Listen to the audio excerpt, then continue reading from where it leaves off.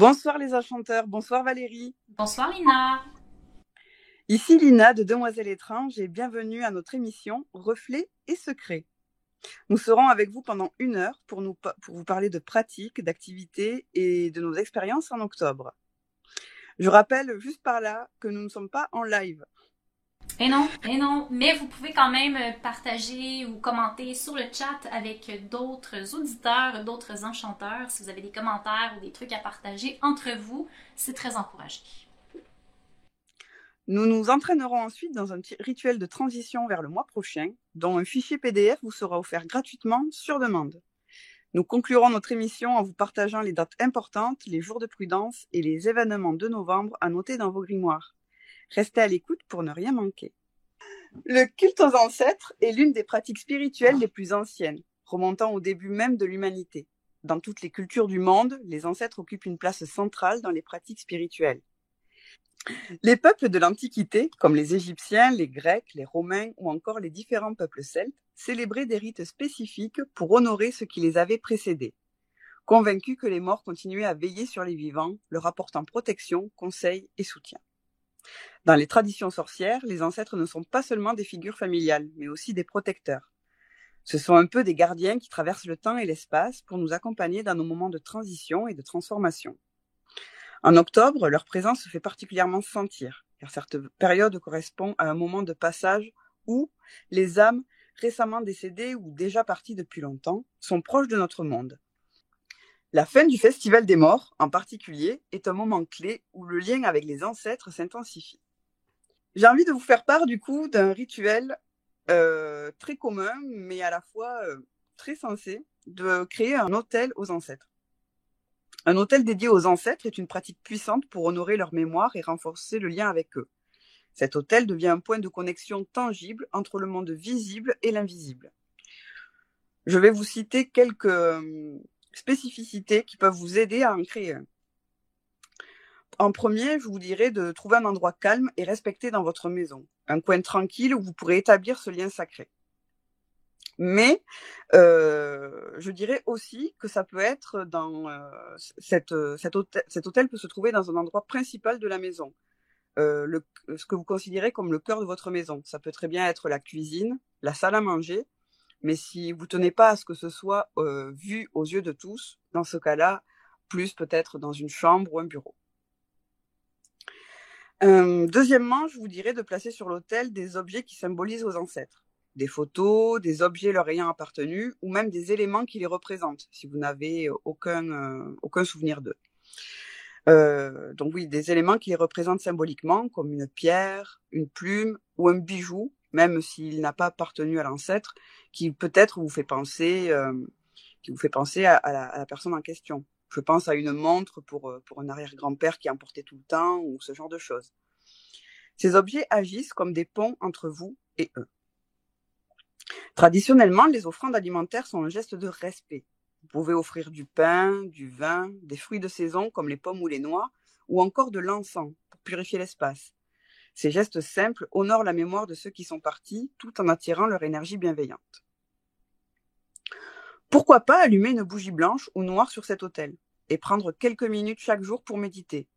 Pendant ce moment de recueillement, parlez à vos ancêtres, demandez leurs conseils ou simplement exprimez votre gratitude pour leur présence dans votre vie.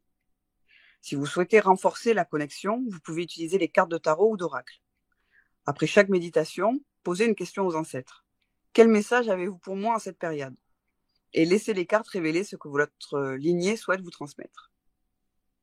Le culte aux ancêtres ne consiste pas uniquement à honorer leur mémoire, mais aussi à intégrer leurs leçons et leur sagesse dans notre vie quotidienne. En travaillant avec nos ancêtres, nous acceptons leur héritage, qu'il soit lumineux ou parfois plus complexe.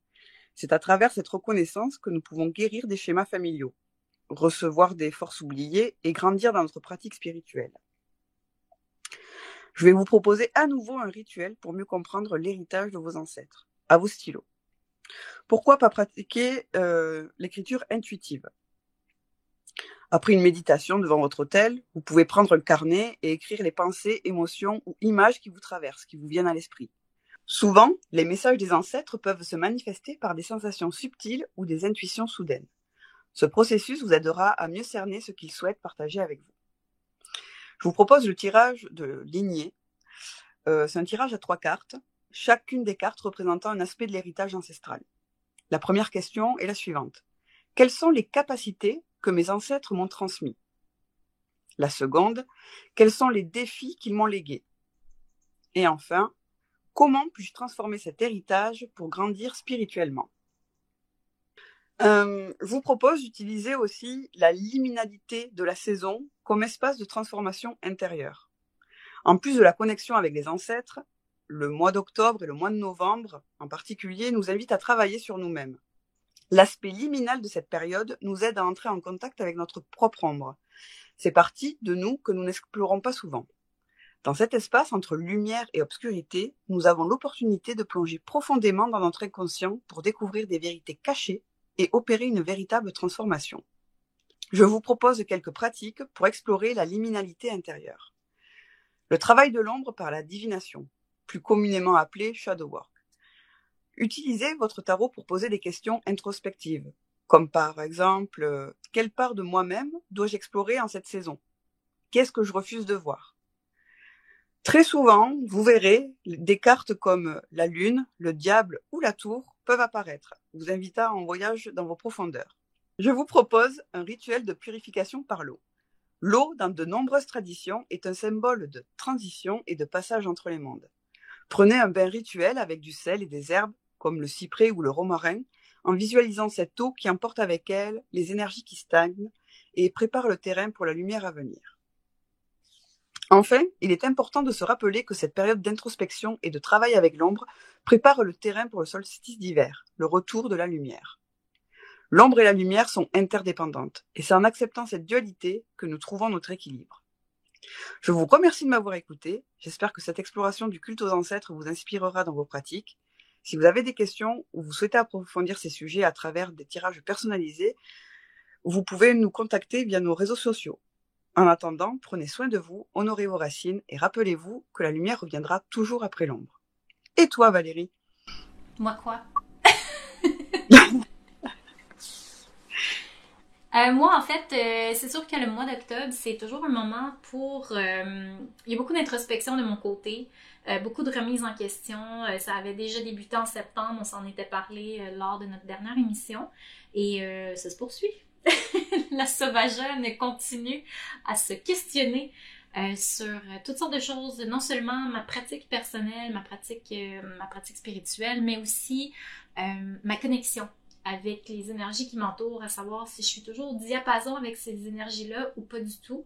Ça arrive souvent dans les changements de saison qu'on se sent un peu décalé, spécifiquement de notre côté. En fait, je pense que vous reculez l'heure avant nous cette année. Mais quand on recule l'heure, je sens justement une petite déconnexion et j'essaie de m'ajuster non pas à la nouvelle heure, mais plutôt à ce qui se passe à l'extérieur pour bien suivre le cycle saisonnier. Et donc, c'est quelque chose que je ressens. Mais c'est ça. J'essaie de garder une ouverture et de pas trop planifier trop à l'avance mes célébrations ou mon culte aux ancêtres ou autre. J'essaie de garder ça très très léger, très superficiel, et j'approfondis comme je le sens au fil du mois, tout simplement. Je comprends tout à fait. Je comprends pas l'intérêt de ce changement d'heure, parce que je trouve justement qu'il nous coupe du passage de la saison, quoi. Absolument. Et comment ressens-tu au fond de toi ce mois d'octobre? Je le ressens très au fond de moi, justement. Donc, beaucoup de recueillement, comme je disais, mais aussi beaucoup de contemplation. Donc, c'est pas rare que j'aille errer à l'extérieur, regarder pendant les journées froides, les feuilles tomber. Je vois à travers ça une parallèle avec des blocages ou même des mauvais souvenirs que je laisse derrière moi. Un peu comme si je m'épluchais, moi aussi. Si je laissais tomber justement les feuilles qui pèsent pour laisser place à du renouveau, à la nouvelle saison et tout ça. C'est un grand moment de pardon aussi. On parle souvent dans les réseaux, je sais pas c'est quoi qu'il y a cette année avec cette tendance-là. Habituellement, on est comme honorer vos défunts, honorer vos ancêtres. Et là, il y a de plus en plus, genre je vois passer des stories, des TikTok et tout ça, de plus en plus de gens qui tentent déculpabiliser les autres en leur disant c'est correct si vous avez des ancêtres que vous n'avez pas envie d'honorer, c'est correct si vous n'êtes pas attaché à vos racines familiales, c'est correct. Je sens qu'il y a eu un changement dans les dernières années à ce niveau-là. Où est-ce que, autrefois, je veux dire, au niveau familial ou ancestral, il y a du bon, il y a du mauvais, évidemment, on est des humains. Mais je vois vraiment qu'il y a il y a vraiment une importance là-dessus cette année qui n'était pas là les années précédentes, où est-ce qu'on dit aux gens justement de faire attention à ça. Et du coup, ça m'amène à ce que je disais, que c'est un moment de pardon. Je pense que oui, on peut s'abstenir d'honorer certains défunts ou d'honorer certains ancêtres, mais je pense que c'est aussi un moment de laisser tomber cette lourdeur du passé-là, de pardonner et d'essayer justement d'aller de l'avant ou de développer justement une ambiance familiale ou ancestrale plus positive pour l'avenir. Mais ça, encore là, c'est ma vision des choses. Tout à fait. La plupart des conflits sont des problèmes de vivants. Oui, effectivement. Est-ce que la pratique du culte aux ancêtres est-elle l'une des tiennes? Est-ce que c'est vraiment quelque chose d'ancré dans ta pratique depuis longtemps ou c'est quelque chose qui est beaucoup plus récent? Je te dirais que ça fait... mon Dieu, ça me rajeunira pas. Ça fait au moins 2 décennies que je préfère parler en décennies qu'en années. Ça, c'est moins pénible. Mais c'est quelque chose que j'ai commencé à faire, où j'ai commencé à m'intéresser à mon arbre généalogique. Parce que, dans la famille, on a quand même une grande famille et on parle souvent justement de nos grands-pères, nos arrière-grands-pères et tout ça. Et j'avais envie d'approfondir, d'aller plus loin. Et à ma connaissance, je suis la seule dans la famille qui fait ça présentement. Donc, je travaille sur notre arbre généalogique et je le fais, du côté paternel et maternel, évidemment. Donc, c'est des recherches que je fais à toutes les automnes. Donc, depuis, comme je disais, 2 décennies. Et j'approfondis là les connaissances sur ma lignée. Donc, ça m'intéresse de savoir ce qu'ils faisaient, les histoires de leurs arrivées ici au Québec. Je suis pas rendue en France encore. J'ai pas remonté jusque-là. Je crois que mon dernier ancêtre, de ce que je sais, provenait de La Rochelle, en France. Donc, c'est jusque-là. Je suis remontée jusque-là. Mais je m'intéresse beaucoup à ce qu'ils ont fait rendu ici, dans mon Québec natal. Donc, pour l'instant, j'ai pas été plus loin. Donc, j'ai une racine familiale qui me mène jusqu'à La Rochelle, en France. L'autre lignée, donc du côté paternel, mais dans l'autre lignée, là, on s'en va vers Boston. Donc là, c'est rendu aux États-Unis. Donc là, pour faire les recherches, ça devient un peu plus complexe. Mais je me suis rendue jusqu'à Boston. Donc j'ai vraiment un côté familial, justement, qui vient directement d'Europe. L'autre côté qui va jusqu'à maintenant aux États-Unis. Donc je sais pas où est-ce que ça va. À partir de là, va falloir que je me concentre là-dessus. C'est mon plan pour l'année prochaine. Donc, j'ai fait beaucoup de recherches aussi sur la provenance de mon nom de famille, à savoir d'où ça vient, ce que ça veut dire aussi. Parfois, c'est relié au métier que les gens faisaient à ce moment-là. Donc, j'essaie de voir justement d'où ça provient. Puis, ça me donne de bons indices sur ce que mes ancêtres faisaient comme occupation. C'est aussi beaucoup d'humilité qui est impliquée là-dedans parce que je pense qu'on aimerait tous savoir qu'on a des ancêtres qui ont accompli des choses fantasmabuleuses et qui ont vu toutes sortes d'horizons ou peut-être même qu'on a une lignée peut-être royale en quelque part. Et non, dans mon cas, c'est très humble. C'est très modeste. Mais ça explique beaucoup de choses aussi sur mes intérêts ou mes habitudes. Donc, je pense que c'est important de faire quelques recherches à ce niveau-là. Si c'est quelque chose qui vous intéresse, évidemment, il y a des gens qui disent le passé doit rester dans le passé, c'est-à-dire aux oubliettes. On doit se concentrer sur le futur. Ça dépend du type de personne que vous êtes, évidemment. Mais moi, je suis d'avis que l'histoire fait quand même partie du présent et ça explique beaucoup de choses. Donc, ça fait partie des recherches que je fais pour mon culte aux ancêtres, évidemment. Donc, c'est quelque chose qui est très important à mes yeux. Je suis totalement d'accord. Et à part la généalogie, comment tu le mets en place pendant cette période? Y a-t-il des choses que tu préfères en particulier? Cette année, je vais faire quelque chose de différent. J'en ai parlé dans quelques lives dernièrement où est-ce que j'honore généralement mes défunts. Je fais ça toute seule. Et cette année, on commence la tradition de le faire en famille avec tous les cousins. J'ai aucune idée comment ça va se passer. C'est très angoissant pour moi parce que c'est quelque chose que je fais généralement seule. Donc, je fais ça très simplement. Journée dans le silence, où est-ce que j'allume des chandelles pour chacune des personnes que j'ai perdues. Et avec leurs photos ou avec des objets, des bijoux ou autres qui vont être là pendant toute la journée. La chandelle va brûler toute la journée. Et je vais me recueillir auprès de ces chandelles-là pour parler à mes défunts. Essayer de justement les faire renaître à mon esprit, retrouver des anecdotes, des souvenirs, des savoirs qui ont été partagés. Et toute la journée, il y a une trame sonore qui joue de chansons que je n'apprécie pas nécessairement, mais que mes défunts appréciaient, parce que c'est leur journée après tout. Et donc, c'est quelque chose que je fais. Donc, cette année, ça va être différent. Là, c'est en famille, donc on va être plusieurs personnes. Souper silencieux, trame sonore, échange d'anecdotes et tout ça avec toute la famille au complet. Et on va créer un espace de recueillement pour les gens qui veulent justement... je sais qu'il y en a dans ma famille qui prient, donc s'il y en a qui veulent justement faire une petite prière ou quoi que ce soit, c'est des moments où est-ce qu'ils vont pouvoir se retirer et faire ça dans l'intimité, seul à seul avec les chandelles des défunts et tout ça. Donc, c'est quelque chose que je tente cette année. Je sais pas comment ça va se passer. On n'a pas toutes les mêmes croyances dans la famille, donc mais on va essayer de faire ça avec beaucoup de légèreté, beaucoup de connexion familiale en premier lieu, et non pas l'aspect plus spirituel pour essayer de donner une chance à tout le monde. Je veux pas arriver comme ça. Comme je disais, j'ai fait des petites blagues cette semaine. J'ai dit, oubliez pas, il va y avoir une planchette. J'ai senti qu'il y avait un petit moment de malaise. En fait, oh, ça semblait sérieux. Mais non, on va faire ça là, très simplement, là, puis que ce soit pas... Il y a des gens qui peuvent avoir cette crainte-là, puis je veux pas justement animer ça. Mais sinon, j'en profite pour aller dehors, beaucoup ramasser des feuilles mortes, parce que moi, je m'en sers comme parchemin pendant l'hiver, les feuilles mortes, parce que je peux les laisser dehors, puis ça va se décomposer. Et donc, je ramasse des feuilles mortes qui n'ont pas été justement ravagées par les éléments, et que je peux récupérer là, pour faire des rituels pendant l'hiver. Je fais la même chose. Ah, voilà!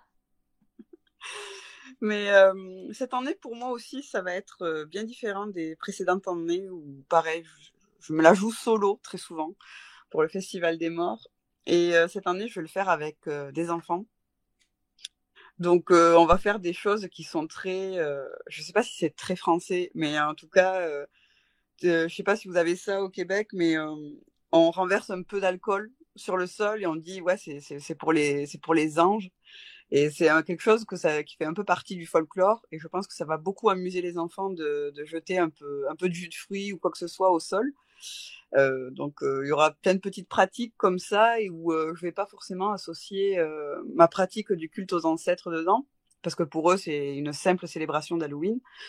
Mais essayer de leur conter des histoires anciennes. Justement, comme je disais tout à l'heure, autour très historique, mais avec des mots que les enfants peuvent comprendre, et pour amener un peu cette chose de célébrer ceux qui sont plus là, quoi. Donc, je vais essayer d'amener ça sans l'aspect pratiquante, sans l'aspect trop folklorique, parce que ma famille me connaît bien sur ce point-là, et je comprendrai que les parents ne veuillent pas inculquer ce genre de choses si tôt à leurs enfants, parce que je parle d'enfants qui ont entre 2 et 6 ans. Donc, on va essayer de faire ça simplement. Et donc, le 31, je serai avec les enfants, du coup. Et le 1er, par contre, là, c'est un peu comme toi. Il y aura les chandelles qui vont brûler toute la journée, fenêtres ouvertes et tout ce genre de choses. Et plein de petits rituels que j'ai prévus en leur honneur. Voilà. Donc, super intéressant. Et s'il y a des gens dans le chat qui veulent partager avec les enchanteurs d'autres pratiques qui peuvent être faites à ce moment-là, parce qu'il y a beaucoup de gens, je crois, qui ont cette crainte-là de travailler avec les défunts. On a écouté trop de films, j'imagine, sur la nécromancie et tout ça. Je pense que déjà, ça va très loin. Mais il y a moyen de célébrer de façon très saine et très simple aussi. Est-ce qu'il va se produire des choses? Des fois oui, des fois non, ça dépend. Je sais pas si toi tu as des anecdotes spécifiques. Moi, j'ai quelques petites manifestations qui ont eu lieu. Et là, je ne parle pas de fantômes. Je tiens à le préciser encore une fois, je ne crois pas aux fantômes. Mais j'ai quand même eu des petits moments où est-ce que j'ai eu des indices que le souvenir de mon défunt était bien vivant, là. J'en ai eu quelques-unes, effectivement. Moi, c'est surtout, y a des odeurs qui viennent et des choses, des coïncidences, si je puis dire. Mais, ou par exemple, une année, ça faisait des années, moi je suis très cuisine, je suis très gourmande, et ça faisait des années que j'avais pas préparé un poulet aux oignons, mais vraiment d'une façon très particulière. Et l'année dernière, ma petite sœur qui me dit oh, pourquoi on ferait pas ça et sans forcément, elle est pas du tout, elle sait qui je suis, mais elle connaît pas du tout tout l'aspect, tout cet aspect de pratiquante. Et elle me dit oui, moi je voudrais ça aujourd'hui et tout. On était un 29 octobre, donc quelques jours après son anniversaire. Et en fait, c'est l'un des plats que notre défunte tante l'an passé mais c'était genre notre Madeleine de Proust d'enfant. Et j'étais là, mais et moi j'y pensais fort depuis quelques jours et sans rien lui dire, d'un seul coup, bam. Et sinon, ça se manifeste beaucoup par des odeurs, genre c'est souvent sur la même période, fin octobre, début novembre, où je vais pas forcément penser à la personne, mais je vais ressentir la présence par l'odeur. Ça peut être une odeur de parfum, alors que j'ai pas du tout le parfum à la maison, ou ce genre de choses. Mais c'est souvent par l'odeur, quoi. Comme sentir du popcorn au caramel, alors que j'en mange pas parce que je trouve ça trop sucré. Mais ça me rappelle quelqu'un en particulier qui n'est plus là. Et cette odeur, quand elle est là, je sais que il y a quelque chose dans l'air, quoi. C'est la même chose pour moi, les odeurs. Donc, ma grand-mère faisait énormément de cuisine. Elle était toujours là. Elle préparait toujours des petits buffets d'après-midi et tout ça. Puis, on mangeait beaucoup de céleri dans ma famille. Je sais pas pourquoi. Mais c'est une odeur que j'ai associée à ma grand-mère parce que je me rappelle que quand je lui faisais un câlin, elle sentait toujours le céleri. Ses mains, son visage sentait le céleri. Donc, quand je pense à elle, dans ces moments spécifiques de célébration-là, des fois, j'ai cette odeur de céleri-là qui revient à mon esprit. Donc, moi aussi, c'est au niveau des odeurs. Même chose que toi. Donc, une autre Cologne qui m'a marqué d'un grand-père, par exemple, ça reste. Sinon, j'ai les petites flammes rigolotes. La chandelle de mon grand-père. Mon grand-père était un joueur de tours. Et sa chandelle ne s'éteint jamais du premier coup. Jamais. J'ai un éteignoir, puis je le sais que sa chandelle est dure à éteindre, donc généralement, je laisse l'éteignoir là pendant un peu plus de temps que les autres. Et à chaque fois que je l'enlève, elle se rallume. À chaque fois. Là, je suis comme, grand-papa. Puis ça me fait rire. Puis là, je me dis, je me recrée tous ces scénarios-là de petites blagues que mon grand-père faisait. J'ai une amie d'enfance, donc une amie à laquelle j'étais très connectée, qui adorait la musique des Smashing Pumpkins. Et souvent, je vais écouter de la musique pendant le mois. C'est même pas la trame sonore pour mes disparus. Et je vais écouter de la musique. Et puis là, je vais être sur le mode aléatoire, puis je vais avoir 3 chansons de ce groupe-là qui se suivent. Puis là, dans ce temps-là, je me dis, puis là, ça me rappelle elle. Puis je me dis, ok. Donc, c'est des petites choses comme ça. Je les vois beaucoup dans mes rêves aussi. Donc, les gens que j'ai perdus. Et souvent, c'est pas un rêve prémonitoire, c'est pas quelque chose, justement, je pense pas qu'il apparaisse dans mon rêve, dans le présent. C'est souvent des choses qu'ils ont dit dans le passé, que je vois dans le présent, mais que mon cerveau associe à. Donc, des fois, j'ai des conseils ou juste un rappel. Hey, oublie pas ci ou oublie pas ça. Puis ça se manifeste beaucoup à l'automne. Donc, pas nécessairement en octobre-novembre, ça peut se produire à la fin de l'été et des fois jusqu'au mois de janvier. Mais ça, c'est quelque chose que j'ai remarqué. C'est le genre de petites manifestations qui se passent là, dans ces moments-là, où est-ce que justement je connecte avec eux. Puis comme je disais, je crois pas aux esprits, je crois pas aux fantômes, mais je crois qu'on a énormément de capacité à créer des souvenirs, à créer des situations où est-ce qu'on va se remémorer des choses importantes. Et donc, n'importe quand dans l'année, quand ça se produit ou quand j'ai besoin d'aide ou je suis confuse, puis là, je me dis, laquelle des personnes que j'ai perdues aurait pu me conseiller de son vivant. Puis généralement, ça me rappelle cette personne-là, puis là, je me mets à penser qu'est-ce que cette personne-là aurait fait, et on dirait que ça me guide vers la bonne chose à faire. Tout à fait.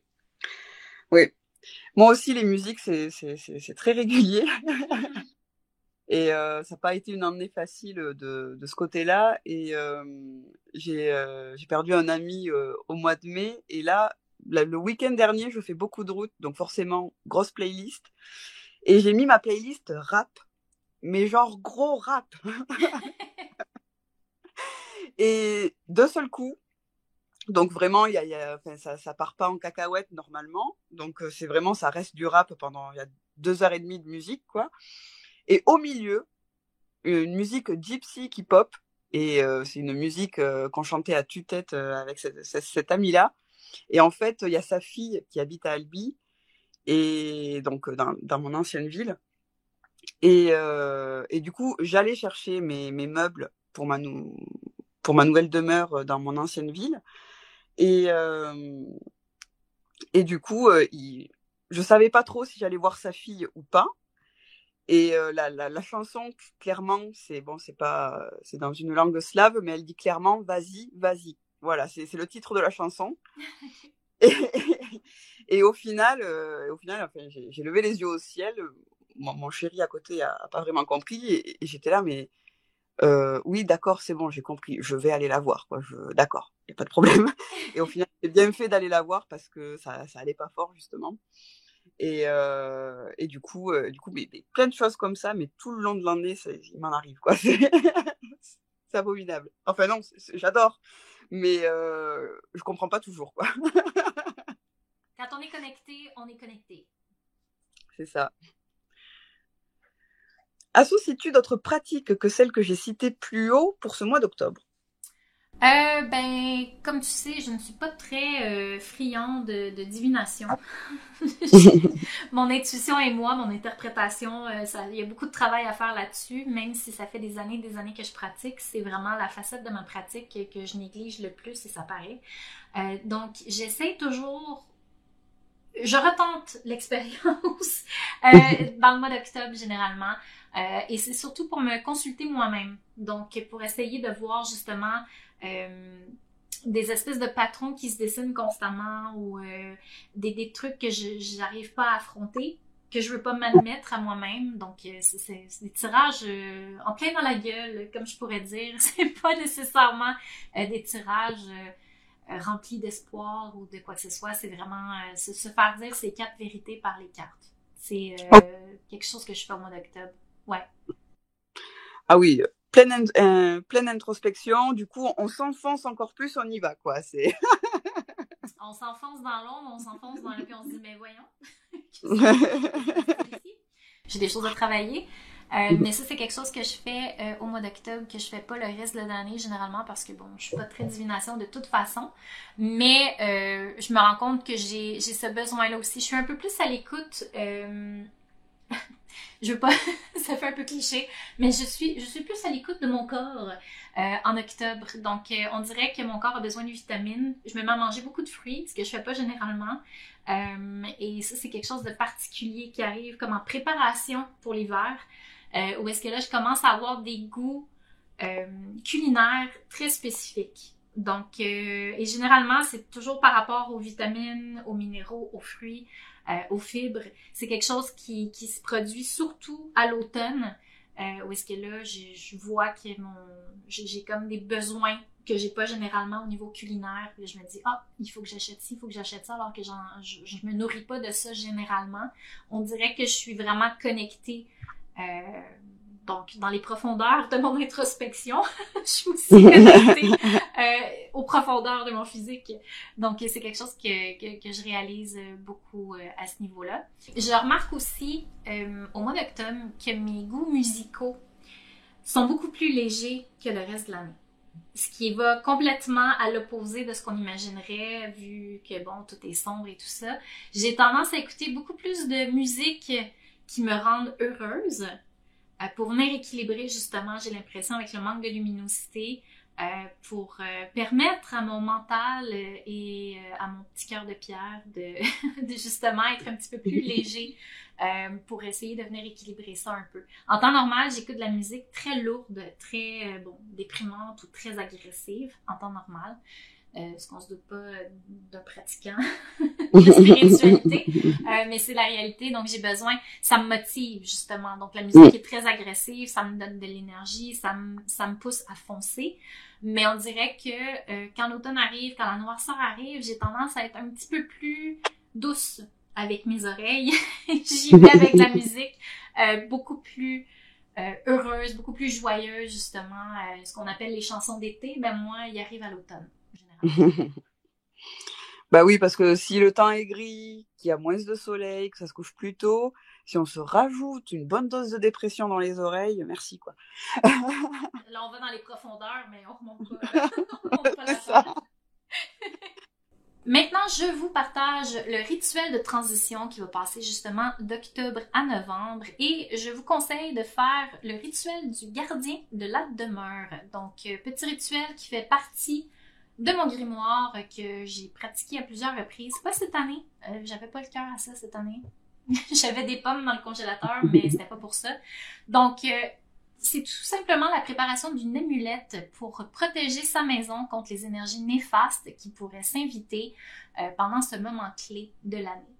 Donc, on activerait notre amulette un samedi, donc ce serait bien de se préparer plusieurs jours, peut-être même plusieurs semaines d'avance. Là, évidemment, le temps est compté, mais vous avez l'option d'accélérer le processus, je vous explique tout ça. Donc, pour le matériel, vous allez avoir besoin d'une tasse de jus de citron, une cuillère à table de sel, un outil pour graver, une pomme de saison, peu importe le type de pomme, un éplucheur, une petite cuillère, un cristal noir, je suggère la tourmaline, mais vous pourriez aussi utiliser de l'onyx ou encore de l'obsidienne. Des herbes de protection de votre choix, j'utilise des feuilles de chêne et des baies de génévrier, libre à vous encore une fois, ce que vous avez sous la main finalement. Un bouchon de liège, des cheveux ou des poils des occupants, donc autant pour les humains que les animaux, une chandelle blanche et un bol. Donc, tout d'abord, on mélange le jus de citron et le sel dans le bol, on épluche la pomme et on creuse dans le dessous un espace pour y glisser un bouchon de liège. Cet espace-là va être destiné pour placer votre pierre, vos herbes et vos cheveux à l'intérieur. Donc, on laisse tremper la pomme qu'on vient d'éplucher dans le mélange environ 30 minutes. Donc, le temps que ça se soit bien absorbé. On sort ça du bain et on y grave un visage intimidant. Donc, pour moi, quand c'est pour effrayer les mauvaises énergies, le symbolique veut que ce soit d'apparence intimidante. Donc, si vous voulez faire une grosse bouche ouverte qui hurle, puis vous voulez que le petit visage soit intimidant, moi, je trouve toujours que c'est plus symbolique et c'est ça le but ici. Mais libre à vous, vous pouvez faire un visage souriant aussi. Chacun sa façon de faire, évidemment. On replonge la pomme une fois que le visage est gravé. Donc, on replonge la pomme dans le mélange pour une vingtaine de minutes de plus. Ensuite, on place le bouchon de liège dans l'ouverture et on laisse sécher la pomme sur une grille. Pourquoi sur une grille? Parce que sinon, ça va moisir. Donc, très important que ce soit dans un espace aéré, chaud et sec pour quelques jours. Donc, ce que ça va faire, c'est que la pomme va ratatiner. On garde le bouchon de liège là pour éviter que notre ouverture se referme aussi. Et donc, vous pouvez, comme je le mentionnais, commencer à préparer ça maintenant. Ça devrait être prêt pour la fin du mois. Si vous voulez accélérer les choses, vous pouvez aussi faire cuire la pomme à 200 degrés, donc à très faible température, pour 3 à 6 heures. Ou si vous avez un déshydrateur, ben, gloire à vous. Vous pouvez simplement placer votre amulette dans le déshydrateur jusqu'à temps que ça ait la bonne consistance finalement. Donc, ça va faire une espèce de petit visage tout rabougri. C'est exactement ce qu'on veut. C'est pas fait pour être beau, c'est fait pour être intimidant et on veut que ça garde notre pierre en place. Une fois que vous allez avoir votre amulette, votre pomme est bien séchée et tout ça, vous devez l'activer, ce qu'on appelle l'activation du gardien. Donc, Quand c'est bien séché à votre goût et tout ça, vous allez graver sur votre chandelle blanche le nom de tous les occupants de votre demeure, humains autant qu'animaux. Donc, choisissez une chandelle qui a la grosseur qui s'applique à votre situation, évidemment. Si vous avez beaucoup de noms à écrire, plus grosse chandelle.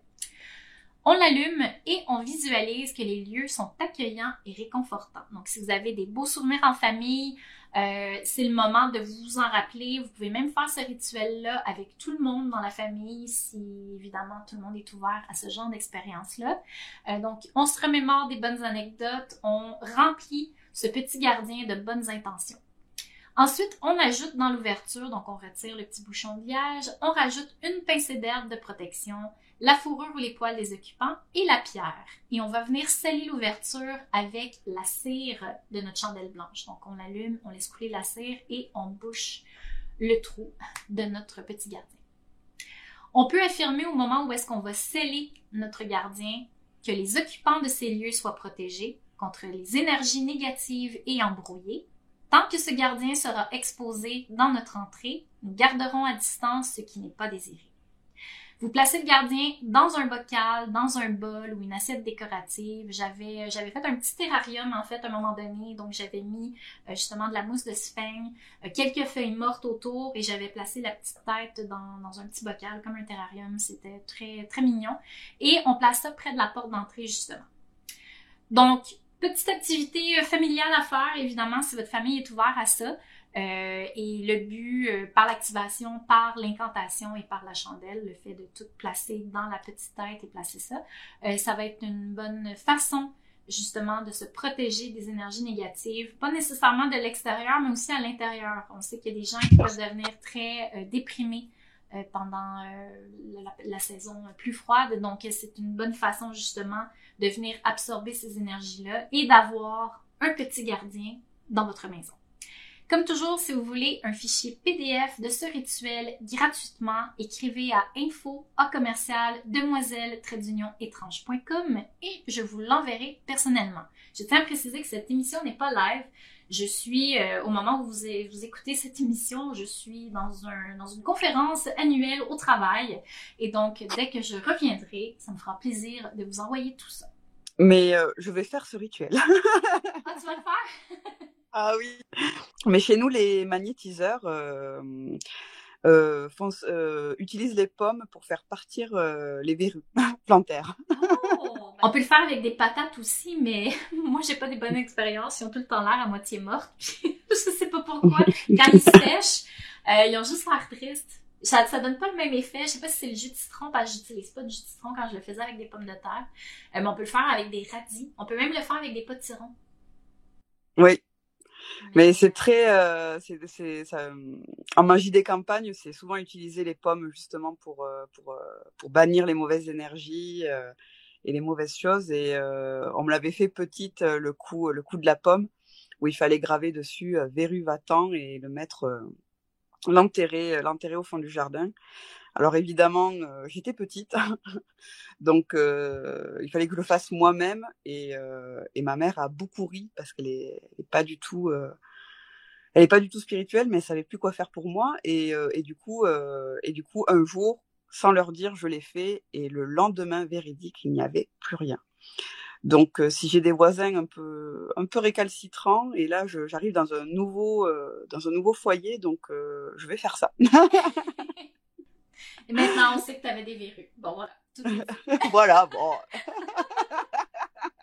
On se révèle. On se révèle dans cette émission, c'est parfait. Reflet et secret. Hein. Oh, bon début de saison. Je sais pas où ça va nous mener tout ça. Okay. Sorcière jusqu'au bout, moi c'est pas sur le nez, c'est sous les pieds, écoute. Et voilà. Passons maintenant à vos grimoires. On vous partage les dates importantes à observer en novembre. Donc, ces dates-là peuvent vous aider à planifier votre pratique, vos rituels, mais aussi votre quotidien. Donc, par rapport aux lunaisons, le 1er novembre, on a une nouvelle lune qui va être en élément air. Donc, ça va être un bon moment pour tout ce qui est brainstorming. Donc, noter des idées, avoir des inspirations, c'est un bon moment pour faire ça. Le 9 novembre, on est en lune croissante sous l'élément terre, donc ça va être le bon moment pour attirer abondance vers soi, mais aussi pour faire croître quelque chose de solide. Donc, si vous avez des projets, si vous avez des entreprises, ça va être le bon moment de faire des demandes autour du 9 novembre. Le 15 novembre, donc on va être en pleine lune et on va être à cheval entre éléments feu et terre. Donc ça va être un moment de haut pouvoir, de charge, de rite officiel parce qu'évidemment avec le feu et la terre combinés, on parle évidemment de grand pouvoir, mais on parle aussi d'effets à long terme. Donc ce serait un bon moment par exemple pour faire des consécrations, d'éducation, initiation. Ce serait le bon moment pour faire ça. Le 22 novembre, on est en lune décroissante en élément feu. Donc, bon moment pour purifier, bannir et se recentrer. Sortez les chandelles, ça arde.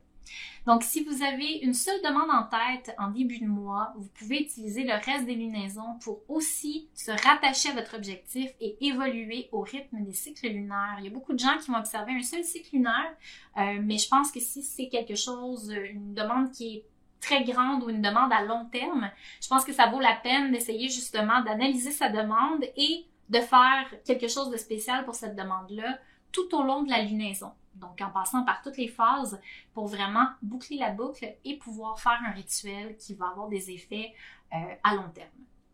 Pour les jours de prudence, donc il va y avoir des moments où il vaut mieux se préserver et éviter de faire des rituels, entre autres choses. Donc, c'est pas très achalandé pour le mois de novembre, Lina, comme tu peux voir. On a seulement le 14 novembre, on a un périgée lunaire. Un périgée lunaire, c'est vraiment pas dramatique, il va juste y avoir un trop-plein. Donc, pour ces moments-là, on conseille aux gens de s'enraciner, de s'ancrer, de se recentrer, tenter le plus possible de ne pas faire de demande pendant un périgée. Elle arrive la veille de la pleine lune, donc ça n'enlève pas le pouvoir de votre pleine lune, mais si vous avez une célébration à faire, peut-être s'abstenir pendant le périgée et faire ça vraiment la journée de la pleine lune. Pour les événements, on a une célébration solaire, donc bon, c'est pas une vraie célébration solaire dans la roue de l'année qu'on est habitué de voir, c'est une célébration solaire que Demoiselle Étrange a décidé d'ajouter dans leur roue de l'année, dans notre, que dis-je? Je suis Demoiselle Étrange, je peux dire dans notre. Donc, le 9 novembre, on célèbre le jour de la purification.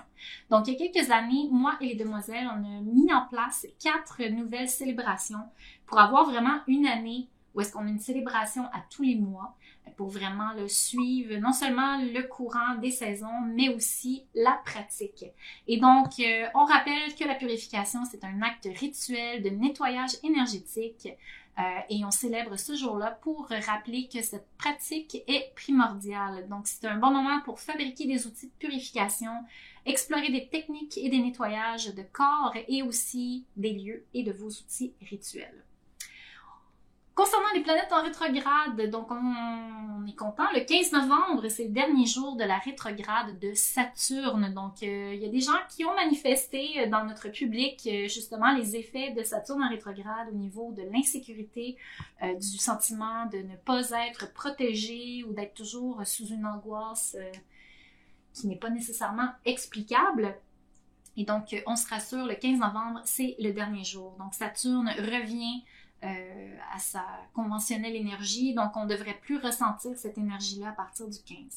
Le 25 novembre, notre petite préférée, Mercure qui débute sa dernière rétrograde pour 2024, donc c'est encourageant, ça veut dire qu'on n'aura pas de Mercure en rétrograde pour décembre. Donc voilà une bonne nouvelle.